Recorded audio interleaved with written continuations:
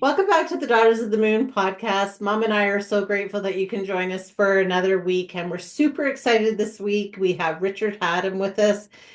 His lifelong interest in the supernatural, paranormal, and how it's influenced his TV and film writing. He's written the Mothman Prophecies, his transition to personal memoir journals with the Richard Hateman's Paranormal Bookshelf. Oh my gosh. He's a BA in film production from the University of Southern California School of Cinema and Television. He's written screenplays including Under Siege 2, Dark Territory, and The Mothman Prophecies. He co-created the ABC television series Miracles and the Gates. He executive produced the Sci-Fi Channel miniseries The Lost Room. He has written and produced episodes of Supernatural, Grimm, The Dead Zone, Witches of East End, Once Upon a Time in Wonderland, Damien, Dead of Summer, Second Chance, and No Tomorrow. He's currently executive producer on Max's Titans. He's also the creator and host of the hit Audio Boom podcast, Richard Hatem's Paranormal Bookshelf, and he lives in Pasadena, California with his family. So, welcome, Richard. We're super excited to have you on with us today. Thank you so much. I'm super excited to be here. So, can you tell us a little bit about how you got started and what you do? Yeah, I've spent the last, I don't know, 25, 30 years working in television and film writing, which was I'm going to say that was my goal. I think at first when I was very young, I wanted to be an actor or a comedian, and everyone told me, "Oh, that's a really hard life, you know. You should have something to fall back on." So I thought, "Oh, writing. There you go. There's a there's a safe, guaranteed profession." So probably I don't know, I think in high school, that's when writing became my goal. And in a weird way, it did feel safe because it felt like, well, in writing, I control all the elements. Because when I tried to make films with my friends when I was young, it was like, okay, you all have to show up at my house, and there's got to be costumes, and I've got to have a camera that works, and it required the cooperation of a lot of people who were not as invested as I was. So ultimately I thought, maybe if I just write, I can do that anywhere with anything almost, and that will be how I'll move forward with my creativity. So that's how the writing started. The supernatural stuff, well, Kim, I think you said you listened to the podcast. Did you listen to the first one?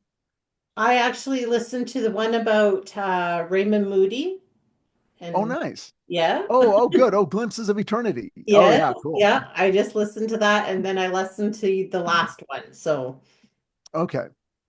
In the very first episode, and the episodes don't go in chronological order, but I talk about the first real ghost book I ever received when I was 8 years old. Because when I was like really young, um, I guess I was in kindergarten.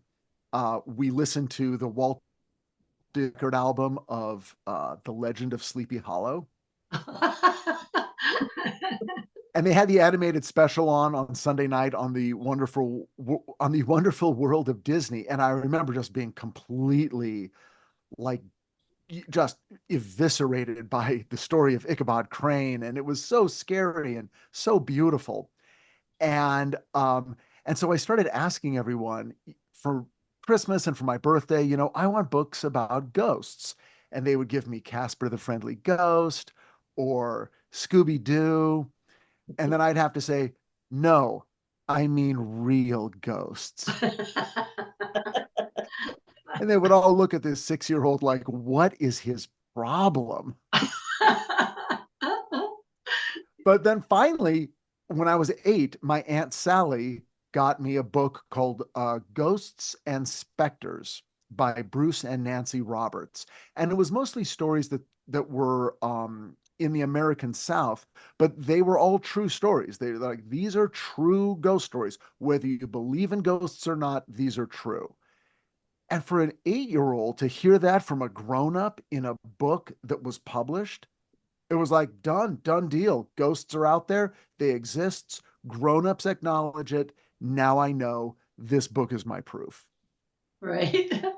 And yeah, right. And that's how I was sort of, and I've kind of approached it my entire life in the same way since then. The books that I really like are the nonfiction ones that tend to be about people sharing their personal experiences, saying, look, I'm not out to convince anyone. All I'm going to tell you is that this is what happened to me. And really, is there anything more fascinating in the world than a story that starts like that? I True. that is a good story. I like it. And I love what I loved about listening to your podcast was how you just tell your real life story and mix it in with the book. So I really love that you made that connection between the two and how you kind of marry them up and and it was exciting to listen to. So Oh, what thank you. inspired you to start sharing the books off your shelf, I guess? Well, a couple of things, but the first one, I kind of want to talk about what you just said. What I have found, and of course, being a writer, I'm a big reader. I'm staring at a giant floor-to-ceiling bookshelf on the other side of the screen. Kim's But jealous. what was that? Yeah, Kim is jealous. Oh, Kim's an avid reader. we should just carry our computers around and show Right. off whatever books we have. But it's always fun. I've noticed when people talk about the books they've read, like they'll say, "Oh, I was on my honeymoon in Hawaii." And every day I just sat on the beach and my plan was I was going to swim in the ocean every day. And instead, I sat on the beach every day and I never looked up from the book. And so when I Yeah. think about my honeymoon, all I think about is that book. Or, people will relate what was going on in their lives when they read something, which I love. And I feel the same way. I look at my books and I'm like, I remember when I read that one and that one and that one. Are you guys the same way? Yeah. Yeah. Yes. Yeah. Kim is a Right? reader. I love I know. reading. I love that. I feel because you get wrapped up in the emotions of the book and it sort of kind of connects to you on a DNA level with your own life. It And does. sometimes you read a book at a special time in your life that it's like, oh my God, how am I reading this exact book at this exact moment when it's speaking to me in such a particular personal way, Yes. which I love. So all of that was on my mind. I'm like, if I'm going to talk about these books, and I've been reading them my whole life, I'm going to talk about when I was reading them, or how it connected with a different time in my life, or what, because especially books about the supernatural, they invite speculation, they invite introspection and reflection on your life, your emotions, reality. And I think people make those connections unconsciously. And I thought, I'm going to bring those out consciously. I'm going to find a way to talk about the book, but also talk about something that was happening to me or did happen to me at some point. And hopefully by the end they'll kind of connect up a little bit and there'll be a feeling of, oh yeah. And it's so funny. I didn't know that form was going to work at all because I'd never heard any podcast that did anything like it. But I started it and immediately, I mean, instantly, people got in touch from episode one and were like, well, they would say one of two things. One is, how do we have the exact same life? Which was fantastic. And then also, um, I've never heard anything like it, but I totally get it, and I've had the same experiences either with books or just in life because I mean I go deep. I talk about my relationships, my marriages, my divorces, my child raising, being a child. I mean, it's the most personal writing I've ever done in my entire career. And I am so happy because it resonates with people. People are like, "Oh my gosh, you're telling your story, but I feel like you're telling my story." Yeah, definitely. I was kind of listening in the back at work, so I was like, and then a couple of times I was like, "Oh, I better turn that down a little bit." Didn't Right, it know. gets Down, down. it's But it was explicit. it was fine. I'm trying not to be too explicit on your podcast, but on mine, if I have to Um, use a bad word, I will use that word. well, Use and it. It's I'm all okay. good with that. Yeah, we're both Oh, okay good. You with guys are that. good with that? Yeah, we're chill about that. But Nice. but it was Yes. just funny just because I happened to be at work and I was like, oh shit. Well, one of my listeners got in touch and wrote me a big email, which again, it's so great that people are sort of inspired to communicate with me in that way. But her email began, "Here I am on a Monday morning, sitting at my desk at work, crying hysterically because of your podcast." And I'm like, whoa. And she goes on to talk about, "I'm going through a divorce right now. It's the same situation you describe. And I can't believe how you hit on every emotion, every every thought, everything." And I'm like, wow. And of course, as a writer, you're like, yes, you're crying at work because of me. Yes. But I was also really touched and moved that someone felt such a connection that they were moved to communicate with me and write to me. And that's the real gift, because as you guys know, podcasting is not exactly a fire hose of cash. No, No, it's no, not. it's not. You do it So because you love it. you do it out of love, and it's like, okay, I've made a couple of bucks in TV and movies, and I guess now I'm just writing for free, handing it out on the street corner. Yeah. Well, I just learned from listening to it, because I will definitely be tuning in again, is I will just bring some headphones to work. Right, Yeah. exactly. Yeah, not safe for work. Just Because I have a couple that I listen to that I'm like, oh, that has to be so quiet. And then sometimes you're like, what'd you say? well, hopefully the goal is that you laugh and you cry. So hopefully you'll do both. But the laughing, just try to keep it, Yeah, to a to a minimum. reasonable level. Yeah, yeah. No, I really enjoyed it. And I did, like I said, I really love how you kind of marry it up with the book and you just talk about your real life and the different things that you've been through. And it's so real that there's where you get the appreciation from it, because you can just relate to it so well. So Yeah. that's a That's great thing. great. Well, again, thank you. And yeah, that's been the gift. And it's funny because yeah, I started doing this and I did 10 episodes in season 1 and 10 episodes in season 2, and now season 3 is about to premiere. And I'm getting to the point where I'm like, God, I wish I'd had a more interesting life. I'm not exactly Rod Stewart, there's no groupies, during my concert in Paris, it's Right? like, Aw. all right, back to, I go back to Monterey Park, back to Right? growing up in a suburb. So do you have a sneak, can you tell us a sneak peek of what's coming up in season 3? Yeah, absolutely. We start out with Whitley Strieber's Communion. Ooh, that was such a Yeah, good book. it's so good. And I do a two-part thing on that, and that's a big one. It's funny because uh Communion people have heard of, and in season 1 I did the Amityville Horror. Okay. So, and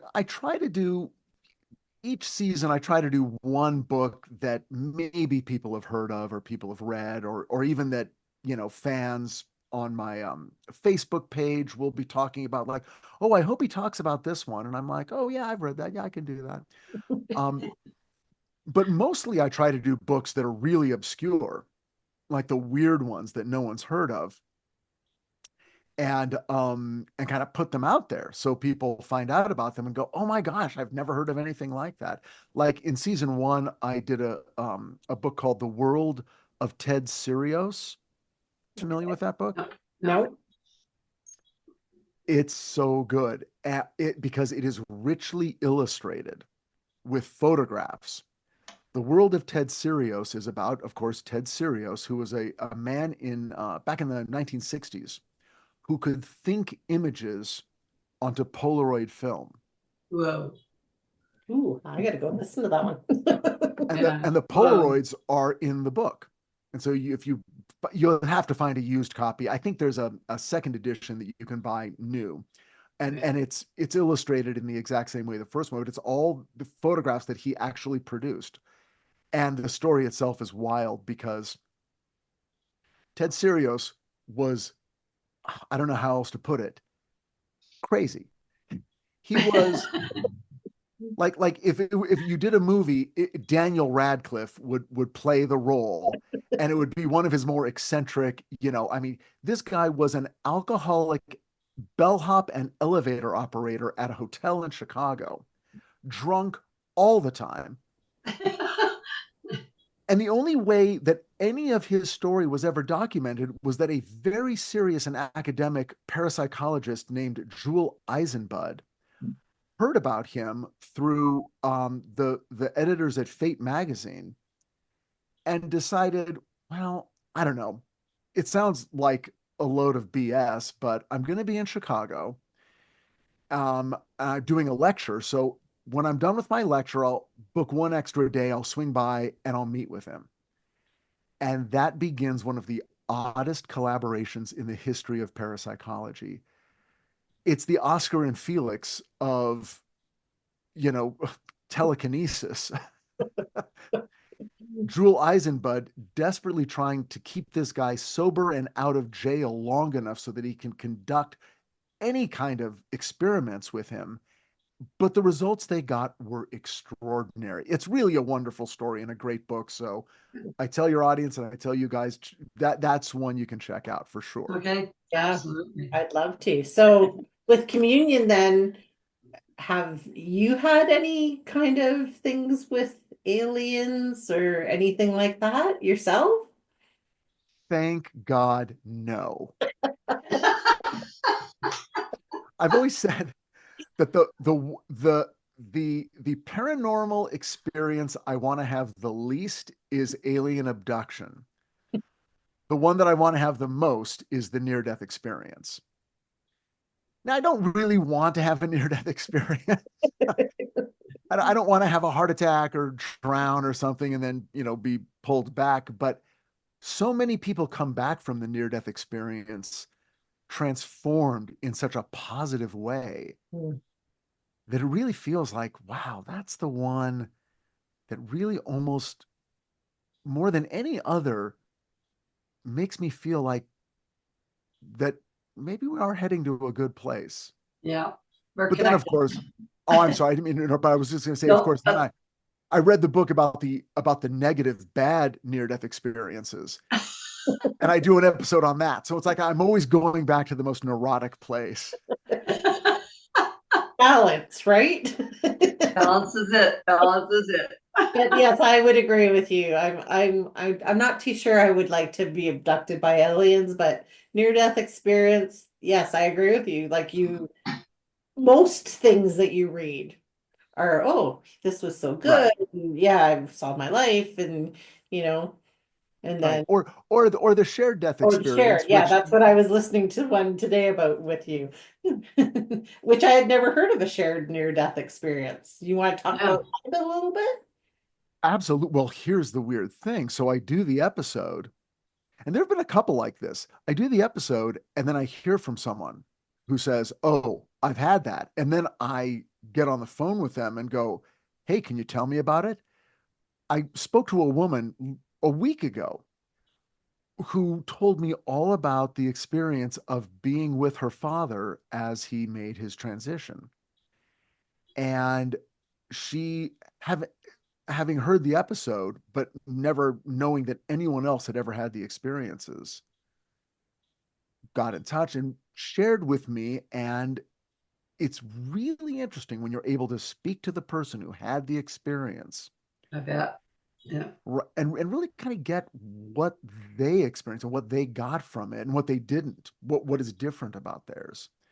So I spoke to her we were on the phone for like 2 hours, and then I'm like, Would you mind coming on a Zoom with me and perhaps I'll record our conversation. We can talk about this again because I want to share it with the audience. And that's the sort of what's emerging from this is that I'll talk about a book, people will get in touch with their own stories, and then I'll be able to go back and go, well, remember that book I talked about?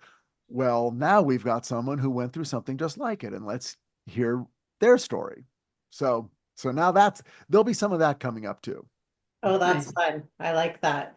Because then Yeah. it's a full circle then, right? And then it's not just your perception of how it is, it's other people's perception and what they've been through. But yeah, I had never heard of a shared near-death experience until Yeah. I was listening to your stuff today and I was like, oh, that's kind of cool. But I'm really glad that if I have to share it with somebody, they're not going to know my whole life.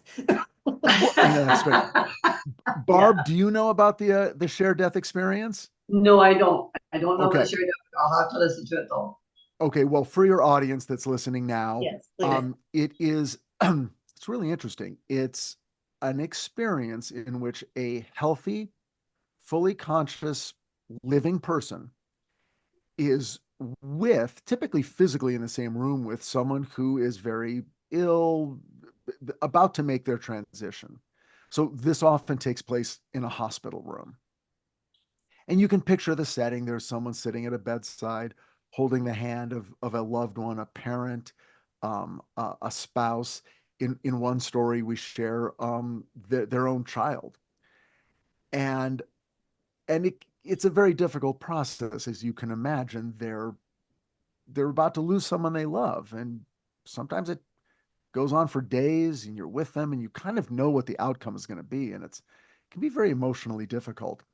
But these people report an experience where they're with their loved one, and sometimes it's not even at a crisis moment. They don't know the end is coming, Right. but they're in the hospital room and they're at the bedside, and they'll say things like they'll report the story in such a way suddenly a light filled the room, and sometimes they're just sort of like, oh, is there a reflection coming from outside the window or something? Mhm. And then they'll Mhm. say the room changes shape, which I find very odd, but it's a phrase they use. I've heard in multiple stories. Suddenly, Right. then the room changed shape. Then they'll look at their loved one and they'll see the spirit form of their loved one in the room, shining, bright, young, full of health. And often they will describe suddenly being surrounded in a 360 life review in which they experience their loved one's life from sometimes if it's a spouse before they knew them all Wow. the way up through when they met, their entire relationship together. And this one woman describes, she's like, I saw him with his past girlfriends. I saw everything. And then I went back and I didn't know who these women were until I went back and looked at his high school yearbook and was like, oh, there she is. That's cute. But then the most interesting part is they'll say, and again, this is reported in more than one story, that panels will come up and block out certain things, or the picture will become pixelated and foggy and indistinct, like a witness on a documentary who doesn't want to be seen, and they will understand that this is something they are not allowed to see about the life of the person whose transition they're experiencing. Right. And my question is always, well, doesn't that feel strange? It's like, well, what am I not seeing? And but they never report feeling uncomfortable or paranoid or a sense of like, wait, I don't know, did something, am I, did my spouse betray me? The emotional experience of the shared death experience is so joyful that they just simply understand, well, there are certain things I'm not meant to see right now. And at some later point, maybe I will, but their takeaway is so positive, kind of like the near death experience. And they are almost ashamed to admit that in this moment of loss, they felt joy. Because a lot of times other people aren't there. And, the other relatives, the siblings are so grief stricken. And the person who had the experience feels almost guilty, like, I got this special thing where I didn't have to feel bad. I actually felt great. And I thought I'd be sad, and I sort of am, but really, I'm happy. And they Right. can't talk about it. Yeah. What a Right. gift that really, really is a gift, right? And you can see how it would help them through their grief and things like that because they've now shared such an intimate moment with them as they're passing. Yeah, exactly. I think that really is how they feel. And again, it's one of those things where you're like, oh, I kind of hope maybe I'll get to have one. If I'm ever there with somebody, maybe I'll get a cool experience. Right? The Yeah. closest experience I had was something like that. I was in the hospital with my sister-in-law, and her mom was passing, and we're standing there and we're, tending to her sort of thing. All of a sudden, she starts to talk, and we look up. The room is brighter at the other side, and she says to me, "What? Who's she talking to, Barbie?" I said, "She's talking to the people that are waiting for her to leave with her, to take her." And she goes, "Oh, that's so way cool." And so it was just a really nice experience, and she did pass. But yeah, that's the closest I could be there. That sounds pretty close. So you're saying you saw there was a light in the room that you The other experienced. side of where she was looking, okay, where she was looking across the room was brighter, and she was staring out at it, and she was talking. And I thought that's way cool. She's talking to the other side. You know, they were telling her it's okay to leave. So it wasn't very long after that she did. She went with Yeah. them. Yeah. So it was pretty Well, cool. that's amazing. Um, and I have heard stories of people saying that, like, suddenly grandma was talking to grandpa or thought she saw grandpa or something. Yeah, she was, yeah. But it makes you think about those stories and go, well, maybe they were seeing something. This was not just some kind of hallucination or something, Yeah. induced by medicine or Yeah. frailty or disease. It's like, no, they were they were getting ready. Oh, yeah. And you've heard those stories that it's like, well, Yeah. yeah, the spirits gather. They They know when it's do. time. It's like, well, let's come on down. Let's get ready to greet them, Yeah. which is so amazing. I mean, I'm like, I hope so. I hope so. I hope so. So what about you? Do you see spirits and things like that too? Oh God, no, I see nothing. No. No, that's the strange thing. I don't for my lifelong interest in this, I have never had what I believe is a completely 100% legit paranormal experience. So I am very much the armchair parapsychologist, the armchair ghost hunter, Okay. and earlier in my life, in my 20s and 30s, I was bent on changing that. I was like, I want to go stay in the haunted hotel. I want to go on the ghost tour. I want to go to the abandoned mental asylum. I'm going to do all the stuff they do on the TV shows, and I want proof for myself that. But I don't know. As I've gotten older, I'm like, I think I'm okay. I don't think I want that. I will tell you one strange thing. Um, it's not even all that strange, but I was working on a television show called Second Chance. This was exactly 10 years ago. And when you're working on a TV show, your job as a writer is to sit in a room with, eight or nine other writers all day and write the stories through Well, conversation and through just like, oh, maybe this happens next. And well, maybe the end of act one is this. Oh, how about maybe the end of the episode is this? And we work backward from that. And, when you're as a group, you're constructing these stories. So you get to well, know the people you're with very well. And you're with them all day. It's like a dinner party that never ends. It's really great, actually. it would be fun. Super fun. And you have lunch, and I mean, it's with the right group, and it's almost always the right group. I have not had a lot of bad experiences. Beautiful. It's a great way to spend the day. But anyway, was speaking to this one woman who was also a writer, and she was a little bit older than me.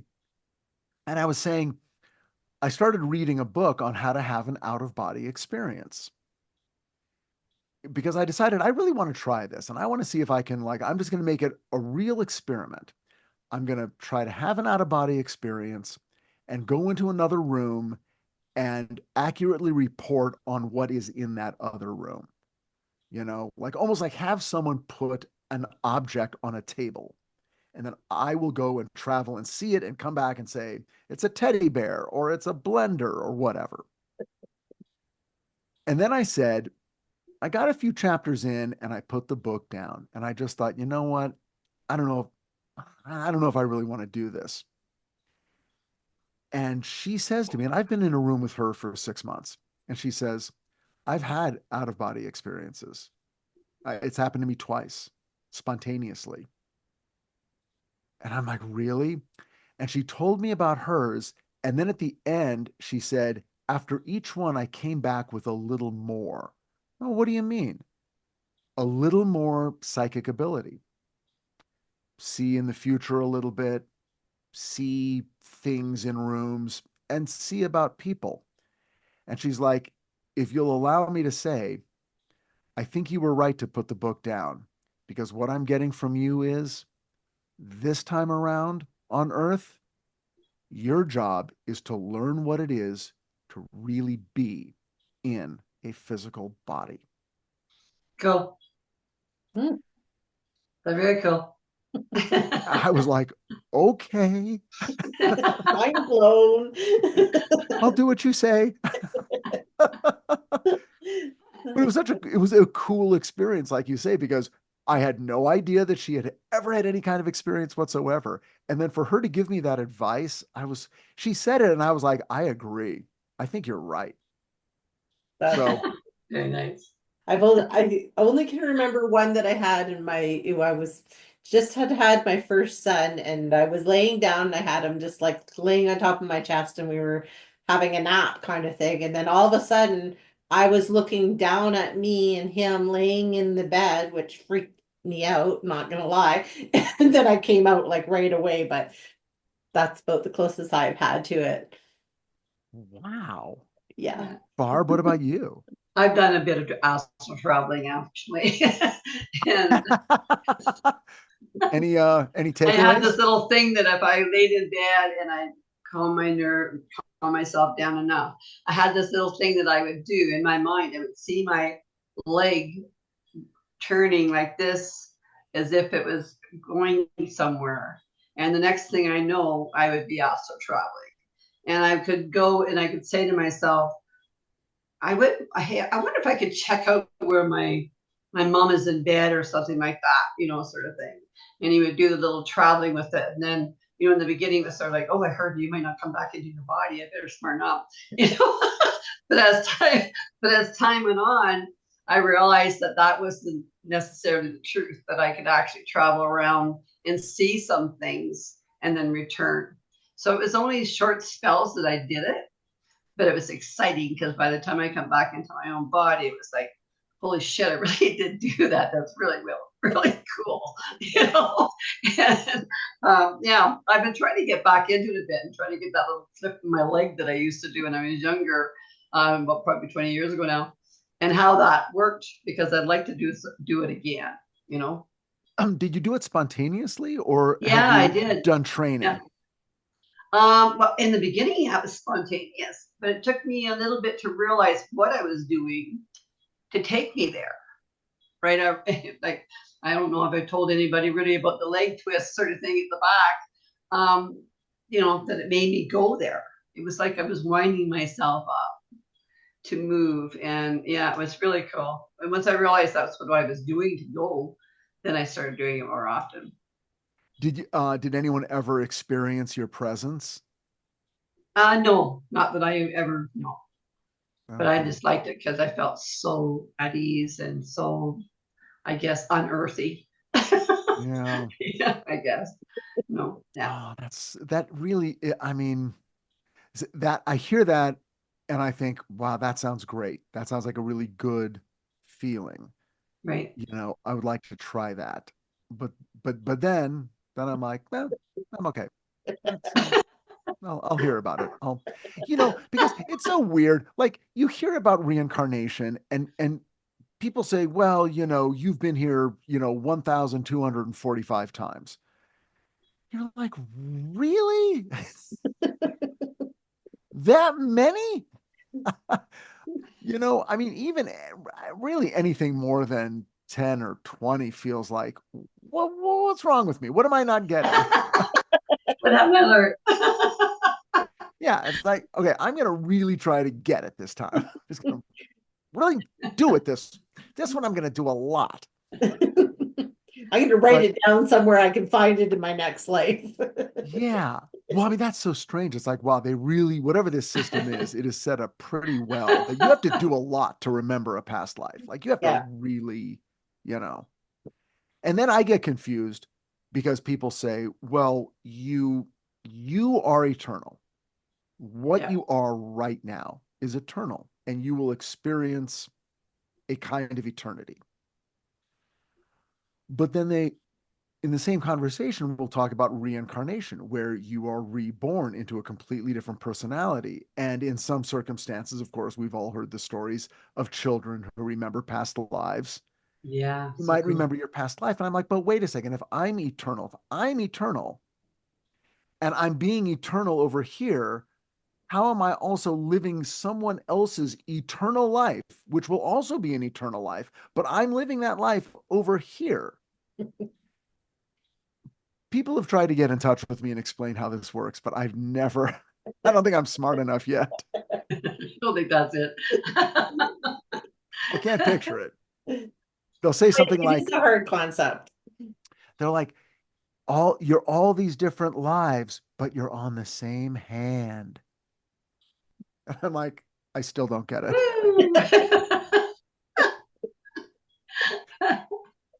That's so funny.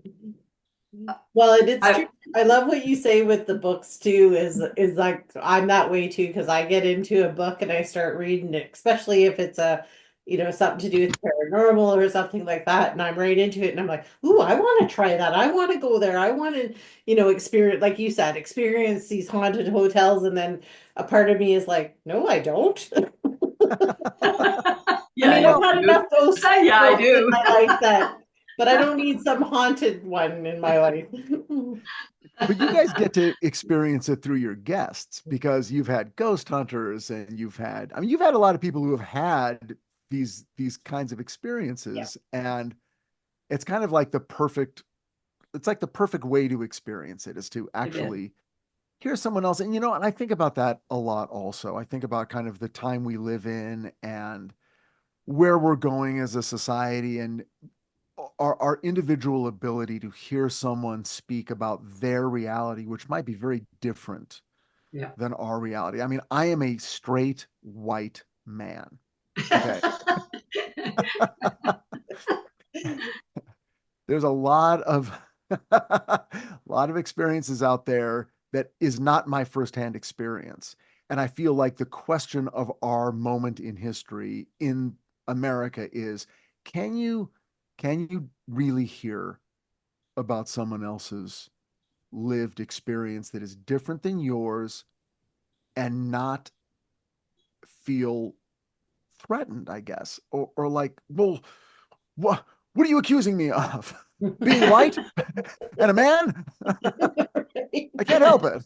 Right. Like, no one's yelling at you. Just try to imagine that a person has not had that exact experience. And I'm telling you, I thought I was pretty empathetic, but it's only been in the last 10 years or so. And also through talking with my wife, just sort of like, it's okay to be you. And it's also okay to understand that other people are living really a very, very different life. Oh, yeah. Mm-hmm. Yes, they are. Well, and probably that's that's why people like these reality shows, right? Because they like to watch and witness somebody else's life without necessarily jumping in and doing those things, right? But True. that's Well, what especially if those people are rich and beautiful, right? but it's not always that way. No, There are it's very not. few reality shows about profoundly physically handicapped people. Yes. You know, like you can watch a documentary and then that's about as it's like then it's hard and then you're like I get it and that's awful and I can be in this place for a minute and then I Yeah. gotta take a breath Yeah. because it's And that's hard. something that we love about this podcast is that we do meet such interesting people that have, like yourself and, ghost hunters and just so many different people with so many different stories that, a lot of times we get off the podcast and we're like, to each other. Right? Right? You're But excited and you're drawn in and you can relate the parts that do relate to you. And then yeah, it just gets exciting and just I love, and I know mom does as well, just love hearing people's stories. When we have the energy too, where last time we were speaking with someone and there was so much energy that both of us, when we were finished the podcast, Kimmy said to me, I felt like I had spiders running around in my hair. And I said, so did I. Like, man, did you really? So the energy was so wild in the room while we were doing that podcast. It was awesome. that's great. It That's is. I'm see now I'm like, God, I hope you feel that way. You'll probably just feel drunk after this one. No, No, I think this is really good because it's been so much laughter and I love that. Like I love that you're so lighthearted and you can get your message across because I think we need more of that in life, just this we do. lightheartedness and you can share things and not be so serious about life. I think that's so important. I love that you said that. Because because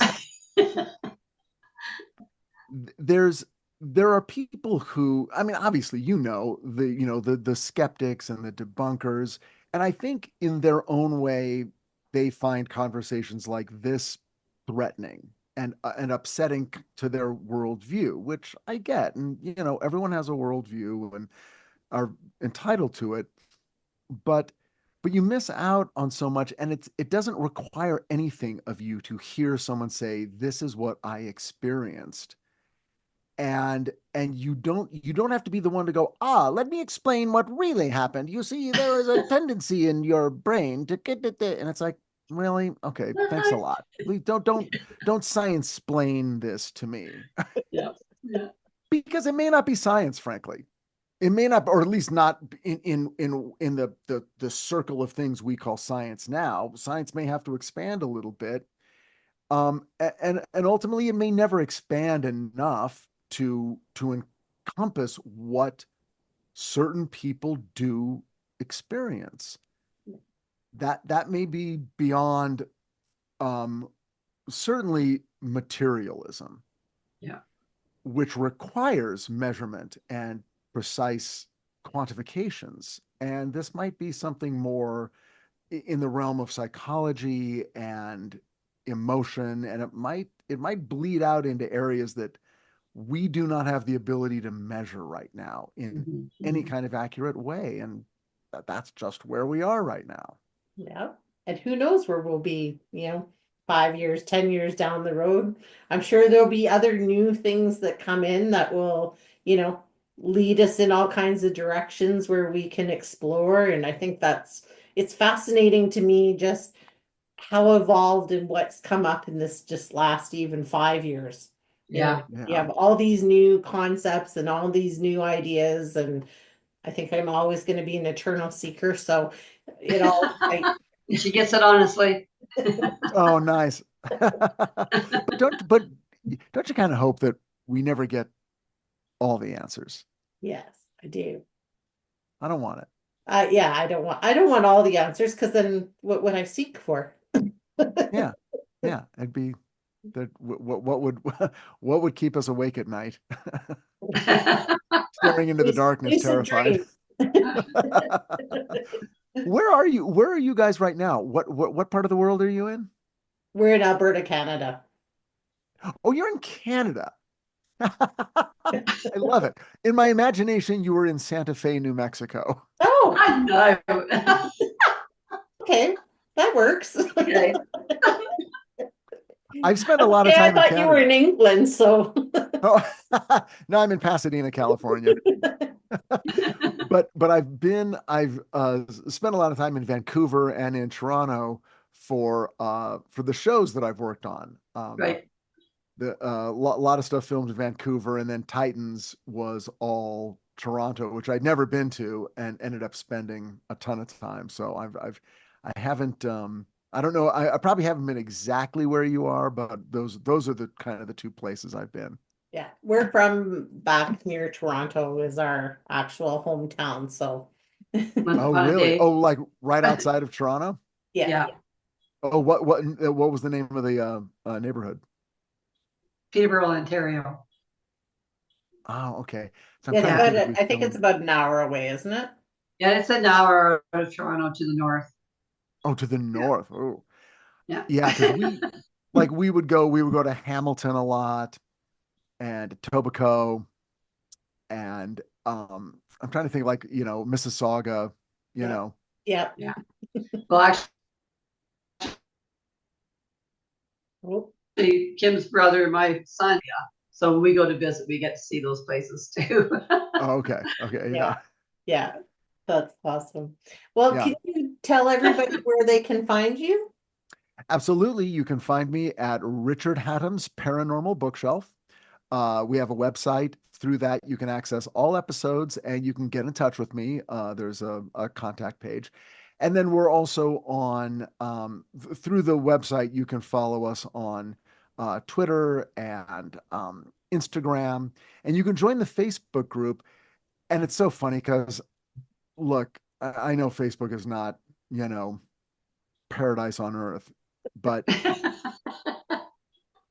what's beautiful about this group, it's a private group. You ask if you can join and we instantly say yes, so you can just join us. But it is the nicest online community I've ever been anywhere near. These people are sweethearts. All we do is talk about books and our pets and bookstores that we like. People literally just are posting pictures inside bookstores. Hey, I went on a vacation this weekend and I found this cool bookstore. Here's their paranormal section. Here's their history section. We're just looking at bookshelves. Love it. But it's so great, and everyone is really kind and supportive, and it's a very safe space on the internet. So if you have any interest, join us on social media, but check out the podcast, Richard Hatem's Paranormal Bookshelf, on every podcast a platform there is, and then let me know what you think. Okay. Definitely. And you got some swag I saw on your website. Oh yeah, we definitely do. I'm looking around. Oh well, I've got all I have right now is my little bookmark. Come for the books, stay for the oversharing. Uh-huh. But yeah, we have mugs and t-shirt. Oh wait, I'm wearing a t-shirt right now. There we go. Nice. That's what we And, need. and and book tote bags and book. We're very book centered. If you like books, and then the fun part is it just goes everywhere because people are just like, hey, Christmas is coming up and I'm stuck. What are the 5 best books you've read of any, fiction, non, and whatever? And we're Right. always recommending books back and forth. I've ended up reading books that I never even knew existed because people have recommended them. So if you're a book person and a paranormal person and a story person, you have a home here. So Okay. you're Thank welcome. you. Please come by. Wonderful. Well, we definitely will check that out. And if you had a final thought to leave with everybody, what would it be? It's something that we've talked about on the podcast and that we've talked about on social media a little bit, and it just has to do with building your own culture. So many people right now feel they're kind of held hostage by so many aspects of the culture right now because it's so saturated by social media and legacy media. And it feels like you can't turn anywhere without seeing a screen that is making you feel anger and fear. it really doesn't matter what side of the political spectrum you're on, because it's designed to provoke, no matter what side you're on. Yeah. And so much of what we like, and I think what your podcast does and what mine does, is say, you know what, you have the power, and you are allowed to spend your time in a world and a reality of not just your own creation, but just sort of curated to what makes you feel love and engagement. Whether is it cooking, is it book collecting, is it gardening, is it interacting with human beings in a empathetic way through just your own friend group or volunteering or whatever it is. You can't get away from, we're all living in the same reality, but you don't you're allowed to regulate the degree to which you allow it to injure your soul on a daily basis, and work on in a way to protect yourself so that you can be your best self to the people closest to you, your family and your friends, and work in that space, and you will be fed so richly. um and I would encourage everyone to find the music and the movies and the TV shows from your past or whenever that feed your soul in a positive way, Yeah. and engage you and allow you to share that engagement with other people, and your life will be better. So that's my final message. I Nice love one. it. Yeah, that's a Very nice. great message to leave with everybody. 100% agree with you. So thank you so much, Richard, for coming on the podcast. It was so much fun. It was so much fun. We'd love to Oh, have it's you been my back pleasure. again. So I would love to. okay, well, thank I'll you come so up to much. Alberta. You're right. Yeah, that'd be fun. Live. Okay. That'd be Well, so fun. yes. So thank you, and everybody else. We will see you the next time. You bet you will.